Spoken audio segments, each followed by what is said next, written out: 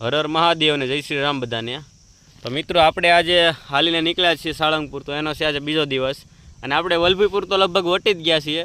તો ત્યાં આગળ જતા માવજીભાઈ છે, જો આ ભાઈ 70 વર્ષની ઉંમર છે દાદાની. દાદા કેટલાક વર્ષથી તમે સેવા કરો અહીંયા? હું 2 વર્ષ પ્રભુ સેવા કરું. 2 વર્ષથી દાદા સેવા કરે છે. અને જુઓ તમે, ચકલા માટે પાણીની વ્યવસ્થા કરે છે અને માણસો માટે પણ ઠંડુ પાણી માટલા, કે જે આ હાઈવે છે અહીંથી જે માણસો પસાર થાય છે ને એ બધાના દાદા પાણી પીવરા વગર જવા નથી દેતા, બરાબર. અને સેવાકી પ્રવૃત્તિ બહુ એટલે બહુ દાદા કરે છે. અને ખરેખર આવા દાદા માટે તો આપણે શબ્દ પણ ઓછા પડે, આપણે એના વખાણ કરવા પડે, કારણ કે પોતે આટલી ઉંમરે કે પાણી ભરીને માણસોને પાય છે.